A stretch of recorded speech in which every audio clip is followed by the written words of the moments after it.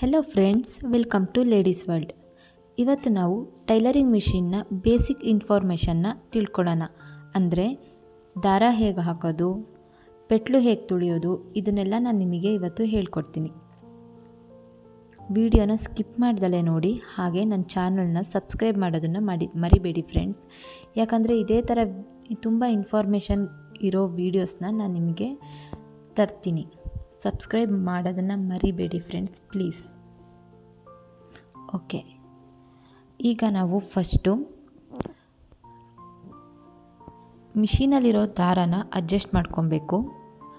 ಅದನ್ನು ಕೆಳಗಿರೋ ಚಕ್ರಕ್ಕೆ ಹಾಕ್ಕೋಬೇಕು ಸರಿಯಾಗಿ. ಇಲ್ಲಿ ತೋರಿಸ್ತಿದ್ದೀನಲ್ಲ, ಅದೇ ರೀತಿ.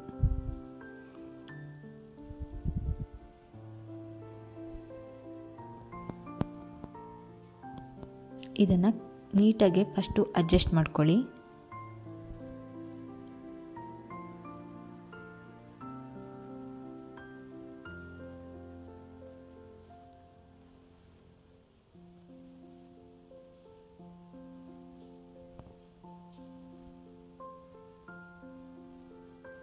ಇದು ಅಡ್ಜಸ್ಟ್ ಆದಮೇಲೆ ಒಂದು ಸುತ್ತು ಮೇಲ್ಗಡೆ ಇರೋ ಚಕ್ರನ ಸುತ್ತಿದ್ರೆ ಪೆಟ್ಲನ್ನು ನೀವು ತುಳಿಬೋದು.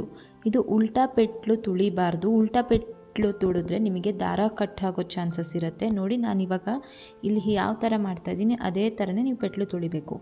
ಆಮೇಲೆ ಬಾಬಿನೋಗೆ ದಾರನ ಹೇಗೆ ಪೋಣಿಸೋದು ಅಂತ ನೋಡೋಣ, ಆಯಿತಾ? ಫಸ್ಟು ದಾರನ ನಾವು ನೋಡಿ ಈ ಥರ ಡಿಸ್ಟೆನ್ಸಲ್ಲಿ ದಾರನ ಇಟ್ಕೋಬೇಕು. ನಿಮಗೆ ಮಿಷಿನಲ್ಲೇ ದಾರನ ಸುತ್ತೋದಕ್ಕೆ ಒಂದು ಕೊಟ್ಟಿರ್ತಾರೆ, ಅದರಲ್ಲಿ ಹೇಗೆ ಸುತ್ತೋದು ಅಂತ ನೋಡೋಣ. ಒಂದು ಸುತ್ತು ನಾವೇ ಕೈಯಲ್ಲಿ ಈ ಥರ ಸುತ್ತಕೊಂಡು ದಾರ ನಮ್ಮ ಕಡೆ ಬರೋ ಹಾಗೆ ನೋಡ್ಕೊಬೇಕು.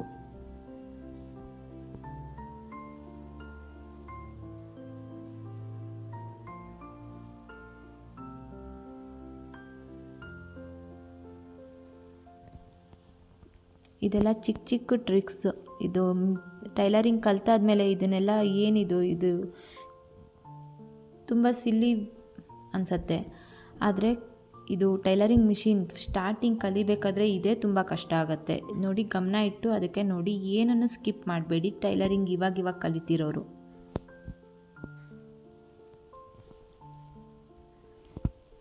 ಈಗ ನಾವು ಇದನ್ನು ಲಾಕ್ ಮಾಡಿಕೊಂಡು ನೋಡಿ, ಈ ಥರ ಲಾಕ್ ಮಾಡಿ ಚಕ್ರನ ಒಂದು ಸುತ್ತು ಸುತ್ತಿ ಆಮೇಲೆ ಪೆಟ್ಲು ಹೊಡೆಯೋಕ್ಕೆ ಸ್ಟಾರ್ಟ್ ಮಾಡ್ಕೋಬೇಕು. ಅಲ್ಲಿ ಒಂದು ತಂಬಿಡೋಕ್ಕೆ ಅಂತ ಒಂದು ಕೊಟ್ಟಿರ್ತಾರೆ ಪ್ಲೇಸ್, ಅದರಲ್ಲಿ ತಂಬಿಟ್ಟು ಅದನ್ನು ಪ್ರೆಸ್ ಮಾಡಿದರೆ ಈ ಥರ ದಾರ ಸುತ್ತೋದಕ್ಕೆ ಸ್ಟಾರ್ಟ್ ಆಗುತ್ತೆ. ಎಲ್ಲೂ ಗ್ಯಾಪ್ ಬಿಡ್ದಲೇ ಇರೋ ಹಾಗೆ ನೋಡಿಕೊಂಡು ನಾವು ದಾರನ ಸುತ್ತೋದಕ್ಕೆ ಸ್ಟಾರ್ಟ್ ಮಾಡ್ಕೋಬೇಕು. ನೋಡಿ, ನಾನು ದಾರನ ಮೂವ್ ಮಾಡ್ತಾ ಇದ್ದೀನಿ. ಅದೇ ಥರ ಒಂಚೂರು ಗ್ಯಾಪ್ ಕೊಡ್ದಲೇ ಇರೋ ಹಾಗೆ ದಾರ ಸುತ್ತೋದಕ್ಕೆ ಸ್ಟಾರ್ಟ್ ಮಾಡ್ಕೊಬೇಕು.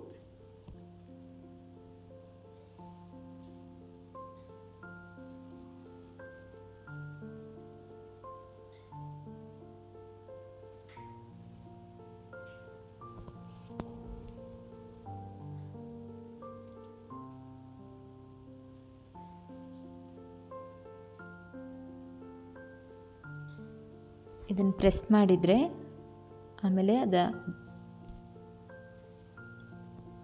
ಬಾಬಿನನ್ನು ಹೊರಗಡೆ ತೆಗಿಬೇಕು. ಈಸಿಯಾಗೇ ಬರುತ್ತೆ, ತುಂಬ ಕಷ್ಟಪಡಬೇಡಿ. ಸ್ವಲ್ಪ ಪ್ರೆಸ್ ಮಾಡಿದರೆ ಸಾಕು, ಬರುತ್ತೆ. ಈಗ ಅದನ್ನು ಕೇಸ್ ಒಳಗೆ ಅಡ್ಜಸ್ಟ್ ಮಾಡಬೇಕು. ನೋಡಿ, ದಾರನ ನಮ್ಮ ಕಡೆ ಇರೋ ಹಾಗೆ ನೋಡಿಕೊಂಡು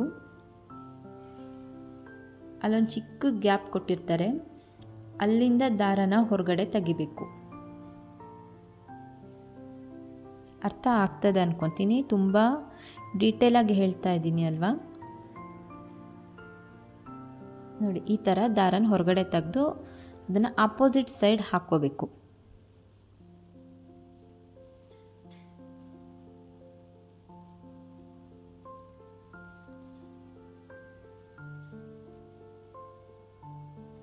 ಇವಾಗ ಮಿಷಿನ್ ಒಳಗೆ ಅಡ್ಜಸ್ಟ್ ಮಾಡಬೇಕು. ನೋಡಿ, ಈ ಥರ ಸ್ಲೈಡ್ ಮಾಡಿದರೆ ಬರುತ್ತೆ. ಆ ಥರ ಸ್ಲೈಡ್ ಮಾಡಿದರೆ ಅದನ್ನು ಅಡ್ಜಸ್ಟ್ ಮಾಡೋಕ್ಕೆ ಜಾಗ ಓಪನ್ ಆಗುತ್ತೆ. ಓಕೆ, ಇವಾಗ ಅದರೊಳಗೆ ಅಡ್ಜಸ್ಟ್ ಮಾಡ್ಕೊಬೇಕು. ನೋಡಿ, ಅಲ್ಲೊಂದು ಇರುತ್ತಲ್ಲ, ಅದನ್ನು ಆ ಥರ ತೆಗೆದು ಒಂದು ಕೈಯಲ್ಲಿ ಇಟ್ಕೊಂಡು ಕೇಸನ್ನು ಕೆಳಗಡೆಯಿಂದ ಮಿಷಿನ್ನ ಕೆಳಗಡೆಯಿಂದ ನಾವು ಅದನ್ನು ಫಿಕ್ಸ್ ಮಾಡ್ಕೊಬೇಕು. ಅಲ್ಲಿ ಫಿಕ್ಸ್ ಮಾಡೋದು ತೋರಿಸ್ತೀನಿ. ನನ್ನ ಚಾನಲ್ನ ಸಬ್ಸ್ಕ್ರೈಬ್ ಆಗೋದು ಮಾತ್ರ ಮರಿಬೇಡಿ ಫ್ರೆಂಡ್ಸ್.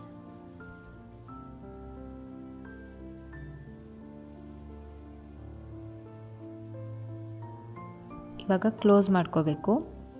ಈಗ ದಾರನ ಸೂಜಿಗೆ ಹೇಗೆ ಪೋಣಿಸೋದು ಅಂತ ನೋಡೋಣ ಬನ್ನಿ.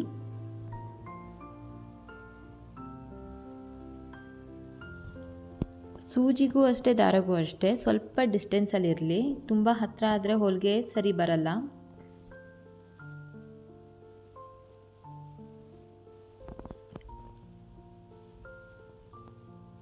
ಫುಲ್ ಡೀಟೇಲಾಗಿ ಇಲ್ಲಿ ತೋರಿಸಿದ್ದೀನಿ. ಇದೇ ಥರ ನೀವು ದಾರನ ಫಿಕ್ಸ್ ಮಾಡ್ಕೊಳ್ಳಿ.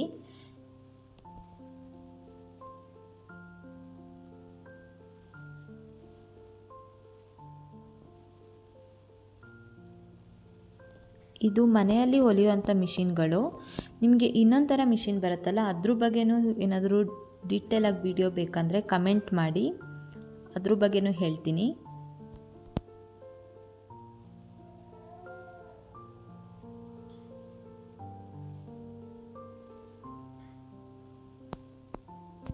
ಕರೆಕ್ಟಾಗಿ ನೀವು ದಾರನ ಫಿಕ್ಸ್ ಮಾಡಿಕೊಂಡ್ರೆ ನಿಮಗೆ ಹೊಲಿಗೆ ಲೂಸ್ ಆಗೋದು ಅದೆಲ್ಲ ಏನೂ ಬರೋದೇ ಇಲ್ಲ ಪ್ರಾಬ್ಲಮ್. ಹಾಗೆಯೇ ಮಿಷಿನ್ ಏನಾದರೂ ಹಾಳಾದರೆ ಅದನ್ನು ಹೇಗೆ ರಿಪೇರಿ ಮಾಡ್ಬೋದು ಅಂತಲೂ ವಿಡಿಯೋ ಹಾಕಬೇಕು ಅಂದ್ಕೊಂಡಿದ್ದೀನಿ. ಈ ವಿಡಿಯೋ ಬೇಕು ಅಂದರೆ ನೀವೊಂದು ಕಮೆಂಟ್ ಮಾಡಿ, ಹಾಕ್ತೀನಿ.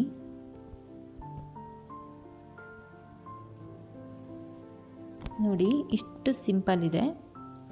ಈಗ ಸೂಜಿಯೊಳಗೆ ದಾರನ ಪೋಣಿಸ್ಕೊಳ್ಳಿ.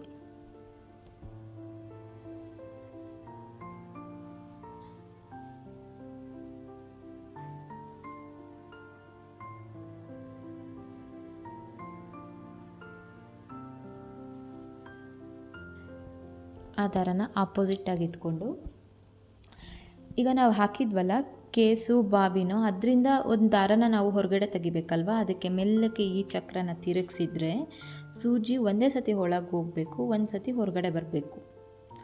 ಮೆಲ್ಲಕ್ಕೆ ಮಾಡಬೇಕು ಈ ಪ್ರೊಸೆಸರ್ನ, ಯಾಕಂದರೆ ತುಂಬ ಸ್ಪೀಡಾಗಿ ಮಾಡಿದರೆ ಅಲ್ಲಿ ಗಂಟಾಗೋ ಚಾನ್ಸಸ್ ಇರುತ್ತೆ. ಅದಕ್ಕೆ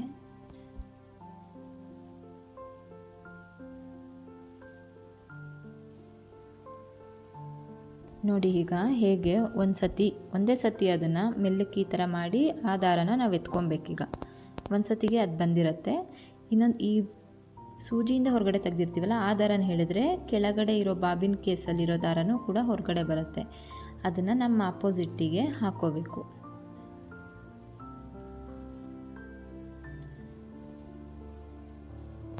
ಈಗ ನಾವು ಎಲ್ಲ ಬಟ್ಟೆಗಳು ಹೊಲಿಯೋದಕ್ಕೆ ಮಿಷಿನ್ ರೆಡಿಯಾಗಿದೆ ಫ್ರೆಂಡ್ಸ್. ನೀವು ಇವಾಗ ಏನು ಬೇಕಾದ್ರೂ ಇದರಲ್ಲಿ ಕಲಿಬೋದು. ಇದೇ ಥರ ವಿಡಿಯೋ ನಿಮಗಿಷ್ಟ ಆಗಿದ್ದರೆ ಲೈಕ್ ಮಾಡಿ, ಶೇರ್ ಮಾಡಿ, ಹಾಗೆ ಸಬ್ಸ್ಕ್ರೈಬ್ ಮಾಡೋದನ್ನು ಮಾತ್ರ ಮರಿಬೇಡಿ. ನನಗೆ ನಿಮ್ಮ ಸಪೋರ್ಟ್ ತುಂಬಾ ಬೇಕಾಗಿದೆ. Thank you for watching my video friends.